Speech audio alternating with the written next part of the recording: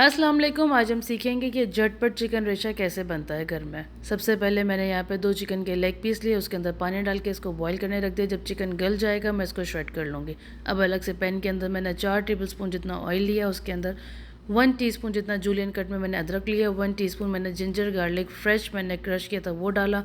इसको सौते करेंगे, साथ ही 2 हरी मिर्चें मैंने डाल के सौते कर ली।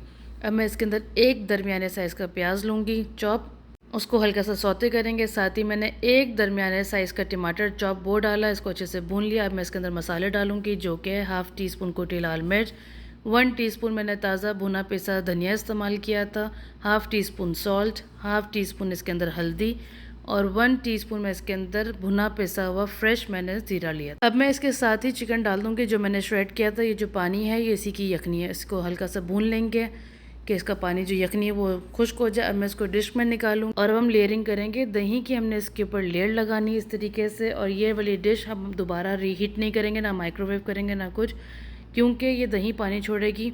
और इस तरीके से अगर हम दही को लेयर करते हैं और ऊपर तड़का देते हैं तो इसका जायका पनीर जैसा आता है। अब हम यहाँ पे तड़का बनाएंगे जो कि 2 से 3 टेबलस्पून तेल, 1 टीस्पून ज़ीरा, 8 से 10 कड़ी पत्ते लिया, इसके ऊपर तड़का दे दिया। मज़ेदार चिकन रेशा तैयार है। लाजमी रेसिपी को ट्राई करिएगा। मेरे चैनल को लाइक करिएगा, शेयर करिए, सब्सक्राइब करिएगा।